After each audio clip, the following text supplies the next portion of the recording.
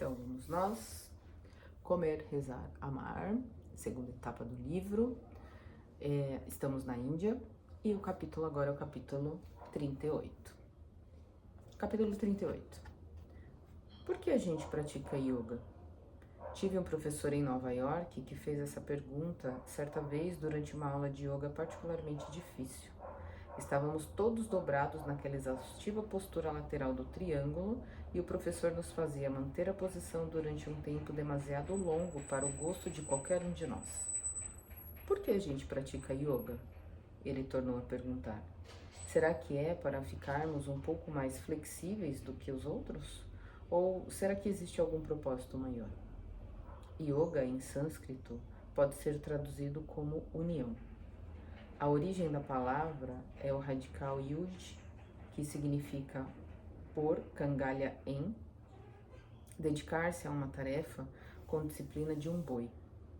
E a tarefa do yoga é encontrar união entre mente e corpo, entre indivíduo e o seu Deus, entre os nossos pensamentos e a origem dos nossos pensamentos, entre professor e aluno, e até mesmo entre nós e nossos semelhantes, às vezes tão pouco flexíveis.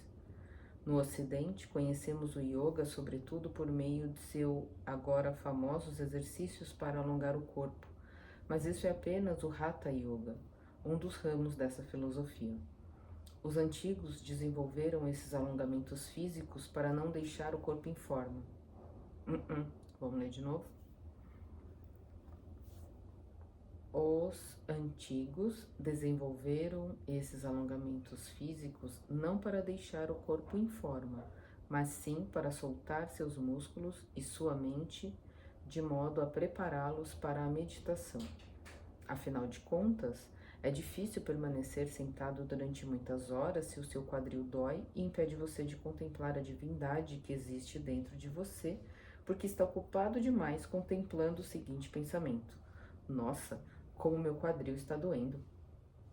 Mas yoga também pode significar tentar encontrar Deus por meio da meditação, por meio do estudo erudito, por meio da prática do silêncio, por meio do serviço da devoção, ou por meio de um mantra, a repetição de palavras sagradas em sânscrito.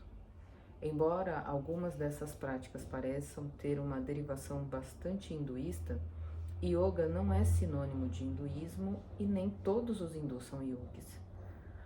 O verdadeiro yoga não compete com nenhuma religião, nem a exclui. Você pode usar o yoga às suas práticas. Você pode usar o yoga, as suas práticas disciplinadas de união sagrada, para se aproximar de Krishna, Jesus, Maomé, Buda ou Javé. Durante o tempo que passei no ashram, conheci devotos que se identificavam como praticantes do cristianismo, do judaísmo, do budismo, do hinduísmo e até do islamismo. Conheci outros que preferiam não falar de sua filiação religiosa, algo pelo qual, neste mundo de disputas, não se pode culpá-los. O caminho do yoga consiste em desatar os nós inerentes à condição humana, algo que definirei aqui de forma extremamente simplificada como a desoladora incapacidade de sustentar o contentamento. Ao longo dos séculos, diferentes escolas de pensamento encontraram explicações diferentes para o estado de aparente falha inerente do ser humano. Os taoístas chamam-no de desequilíbrio, o budismo de ignorância, o islamismo põe a culpa de nosso pesar na rebelião contra Deus. A tradição judaico-cristã atribui todo o nosso sofrimento ao pecado original. Os freudianos afirmam que a infelicidade é o resultado inevitável de um embate entre nossas pulsões naturais e as necessidades da civilização. Como explica a minha amiga psicóloga Débora, o desejo é uma falha de design. Os yogis, no entanto, dizem que o descontentamento humano é um simples caso de identidade equivocada.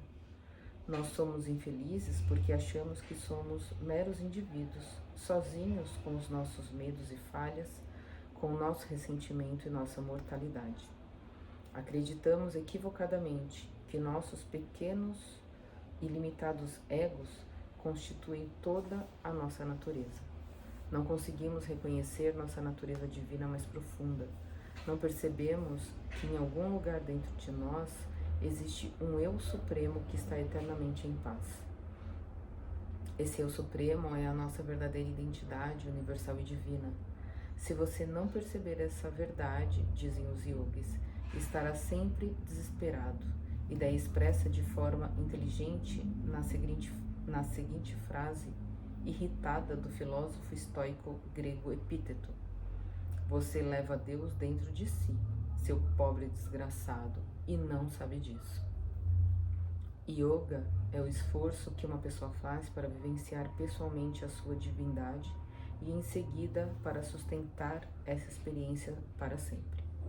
Yoga é o domínio de si e esforço dedicado a desviar a atenção das reflexões intermináveis sobre o passado e preocupações infindáveis com o futuro, para, em vez disso, conseguir buscar um lugar de eterna presença, de onde se possa olhar com tranquilidade para si mesmo e para o mundo ao redor. Somente dessa perspectiva de equilíbrio da mente é que a verdadeira natureza do mundo e de você próprio lhe será revelada. Os verdadeiros yogis, de sua posição de equanimidade, veem este mundo todo como a mesma manifestação da energia criativa de Deus. Homens, mulheres, crianças, nabos, piolhos, corais. Tudo isso é Deus disfarçado. Mas os yogis acreditam que a vida humana é uma oportunidade muito especial, pois somente na forma humana e somente com uma mente humana é que a percepção de Deus pode ocorrer. Os nabos, os piolhos, os corais, eles nunca têm a oportunidade de descobrir quem realmente são. Mas nós temos essa oportunidade. Nosso propósito nessa vida, portanto, escreveu Santo Agostinho, ele próprio um pouco yogi, é recuperar a saúde do olho, do coração, através do qual se pode ver Deus. Assim, como todas as grandes ideias filosóficas, essa é simples de entender, mas praticamente impossível de absorver. Tudo bem, então somos todos um, e a divindade habita todos nós igualmente, sem problemas, entendido. Mas agora, tente viver de acordo com isso. Tente pôr essa compreensão em prática 24 horas por dia. Não é tão fácil. E é por isso que na Índia parte-se do princípio de que você precisa de um instrutor para o seu yoga. A menos que você tenha nascido um daqueles raros santos de brilho incomum, que já vêm ao mundo inteiramente despertos, vai precisar de um guia em sua jornada rumo à iluminação. Se tiver sorte suficiente, encontrará um guru vivo. É isso que os peregrinos têm vindo buscar na Índia há séculos. Alexandre o Grande enviou um embaixador à Índia no século VI a.C., com a incumbência de encontrar um daqueles célebres yogis e voltar com ele para a corte. O embaixador, de fato, relatou ter encontrado um yogi, mas não conseguiu convencer o cavaleiro a viajar. No século I d.C., Apolônio de Tirana, outro embaixador grego, escreveu sobre sua viagem pela Índia. Vi brahmanes indianos vivendo sobre a terra e ao mesmo tempo fora dela, fortificados sem fortificações e sem nada possuir, mas ainda assim donos da riqueza de todos os homens. O próprio Gandhi sempre quis estudar com Guru, mas, para seu pesar, nunca teve tempo ou oportunidade para encontrar um. Acho que há muita verdade, escreveu ele, na doutrina segundo a qual o verdadeiro conhecimento é impossível sem um guru. Um grande yogi é qualquer pessoa que tenha alcançado o estado permanente de júbilo iluminado. Um guru é um grande yogi capaz de transmitir esse estado para outras pessoas. A palavra guru é composta por 2 sílabas em sânscrito. A primeira significa escuridão e a segunda, luz. Da escuridão rumo à luz. O que é transmitido do mestre para o discípulo é algo chamado de mantra virya, o poder da consciência iluminada. Você vai até o seu guru, portanto, não apenas para receber lições como de qualquer professor, mas para de fato receber o estado de graça do Guru. Essas transferências de graça podem ocorrer até mesmo no mais breve dos encontros com um grande ser. Certa vez fui assistir uma palestra do grande monge, poeta e pacifista vietnamita Thich Nhat Hanh, acho que é assim que lê, em Nova York. Era uma noite de semana caótica na cidade, como todas as outras, e à medida que a multidão se acotovelava para entrar no auditório, o próprio ar do lugar ia se enchendo da incômoda urgência do estresse coletivo de todas aquelas pessoas. Então, o monge subiu ao palco. Passou um bom tempo sentado, imóvel, antes de começar a falar, e a plateia foi colonizada por essa imobilidade. Dava para sentir isso acontecer fileira após fileira de nova-iorquinos nervosos. Em cerca de 10 minutos, aquele vietnamita baixinho havia atraído cada um de nós para o seu silêncio. Ou talvez seja mais exato afirmar que ele atraiu cada um de nós para o nosso próprio silêncio, para aquela paz inerente que cada um de nós possuía, mas ainda não havia descoberto e nem identificado. A capacidade daquele homem de provocar esse estado em nós, por meio de sua simples presença no aposento, isso é poder divino. E é por isso que se procura um guru, com a esperança de que os méritos do seu mestre revelem a você a sua própria grandeza escolhida. Os sábios clássicos indianos escreveram que existem 3 fatores que indicam se uma alma foi abençoada com a maior e mais auspiciosa sorte do universo. Número 1. Ter nascido um ser humano capaz de reflexão consciente. Número 2. Ter nascido com, ou ter desenvolvido, o desejo de entender a natureza do universo. E 3. Ter encontrado um mestre espiritual vivo. Existe uma teoria de que se você anseia sinceramente o bastante por um guru, o encontrará. O universo irá se mover, as moléculas do destino irão se organizar e o seu caminho em breve cruzará o caminho do mestre de que você precisa. Foi apenas um mês depois da minha primeira noite de prece, desesperada no chão do meu banheiro, uma noite passada em prantos, suplicando a Deus por respostas, que encontrei a minha, depois de entrar no apartamento de David e me deparar com a fotografia de uma linda mulher indiana. É claro que eu era mais do que ambivalente em relação à ideia de ter uma guru. Como regra geral, os ocidentais não se sentem à vontade com essa palavra. Temos uma história recente suspeita relacionada a ela.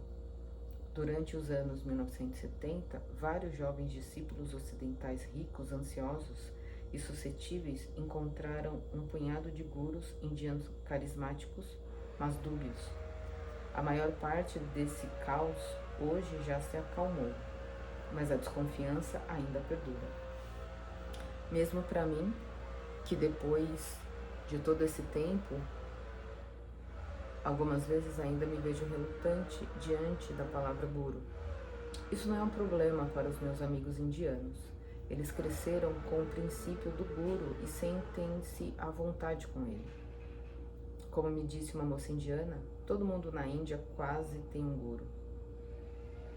Sei o que ela quis dizer, que quase todo mundo na Índia tem um guru, mas gostei mais da sua frase involuntária porque é assim que me sinto às vezes, como se eu quase tivesse uma guru.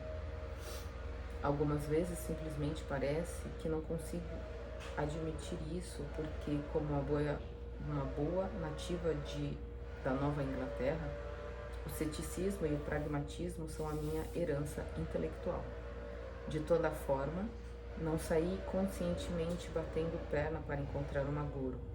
Ela simplesmente apareceu, e na primeira vez em que a vi, foi como se ela tivesse olhado para mim de sua fotografia, como aqueles olhos escuros brilhando de compaixão inteligente e dito: "Você me chamou, e agora estou aqui."